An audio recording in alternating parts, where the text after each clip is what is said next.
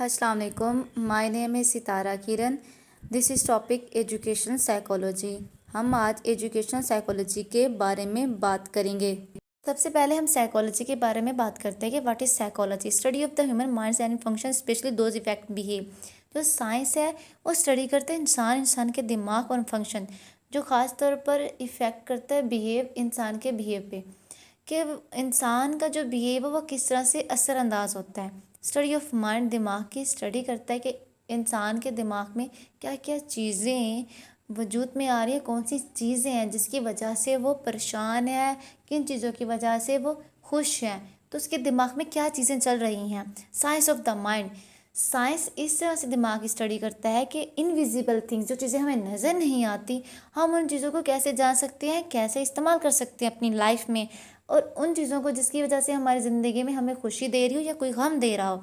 Science of the personality, कि हमारा science किस तरह से हमारी शख्सियत पर असरअंदाज हो रहा हो। Study of mental process and attitude of persons or group, कि एक इंसान का दूसरे इंसान के साथ उसका एटीट्यूड कैसा है और एक इंसान का ग्रुप एटीट्यूड कैसा है। अब बात करेंगे एजुकेशन, कि एजुकेशन है क्या। Method of teaching and learning school like environment, the process of receiving और गिविंग, कि वो कौन सा तरीका है जिससे हम टीचिंग लर्निंग, कौन सा तरीके से हम चीज़ें सीखते हैं और सिखाते हैं। हम स्कूल लेवल में वो चीज़ें सीखते हैं जो चीज़ हम घर में नहीं सीख रहे होते, जो चीज़ें हम घर में सीख रहे होते हैं वो स्कूल में नहीं सीख रहे होते। बट एक बच्चे पर बहुत ज़्यादा असरअंदाज होता है स्कूल लाइफ का इन्वायरमेंट, वो जो प्रोसेस होता है उसका लेने और देने का।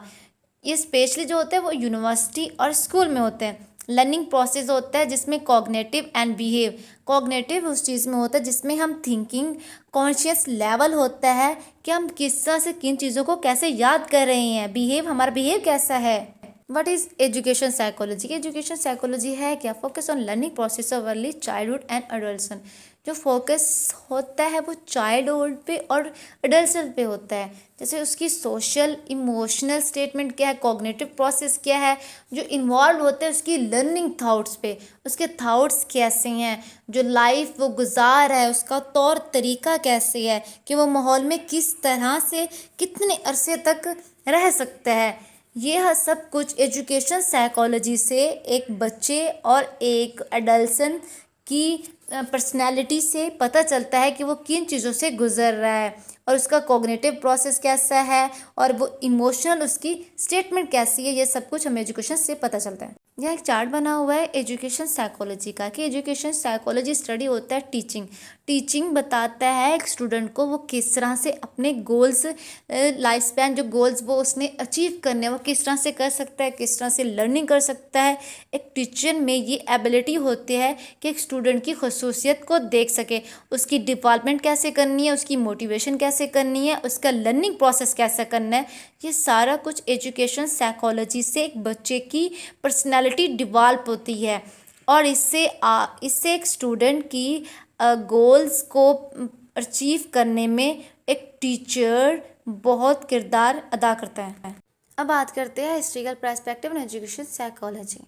एजुकेशन साइकोलॉजी की पर्सपेक्टिव हिस्ट्रिकल क्या है। वो कहता है connections between the political, social and economic, आला तलीम के सियासी, समाजी और माशी इस्तेदाल के दरमियान राब्ता और तनाव पर गौर करें कि आला तलीम हासिल करने के लिए किन मसाइल का सामना करना पड़ता है। आला तलीम माशरे के दरमियान राब्ते का वसी पैमाने पर मुताला किया जा चुका है।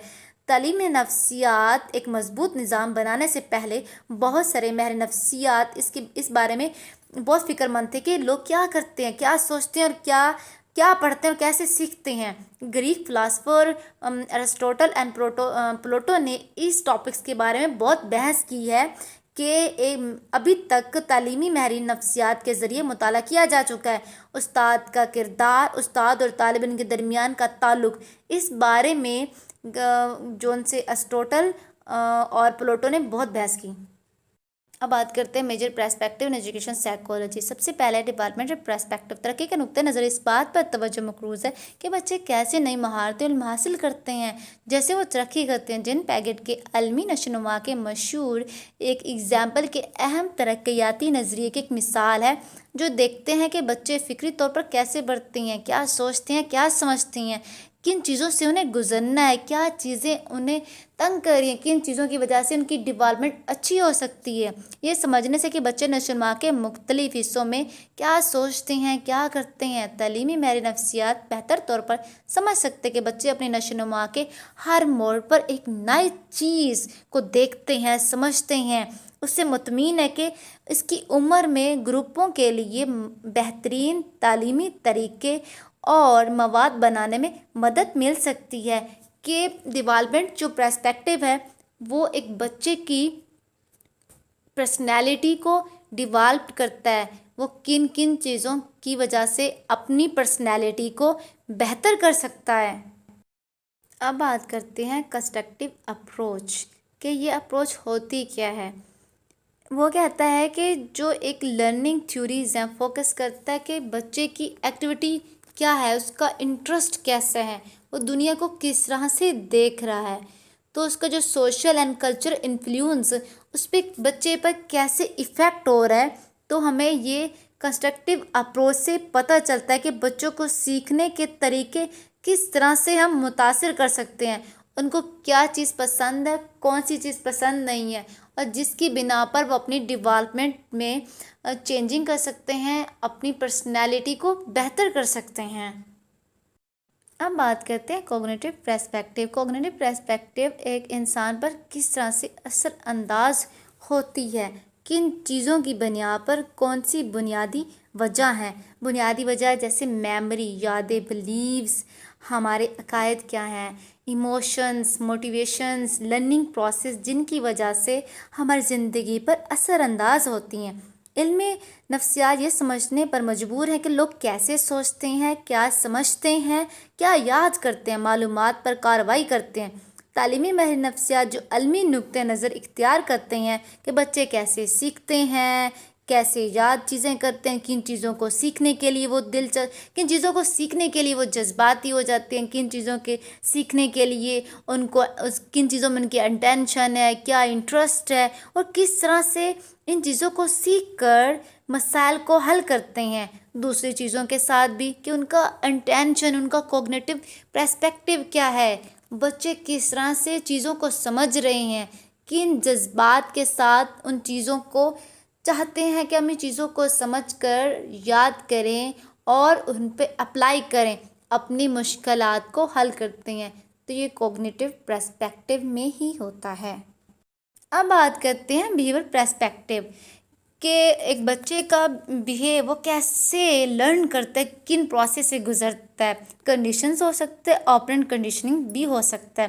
تو آپ کو میں ایگزامپل سے سمجھاتی ہوں۔ Teachers might give out token that can be exchange for desirable atoms.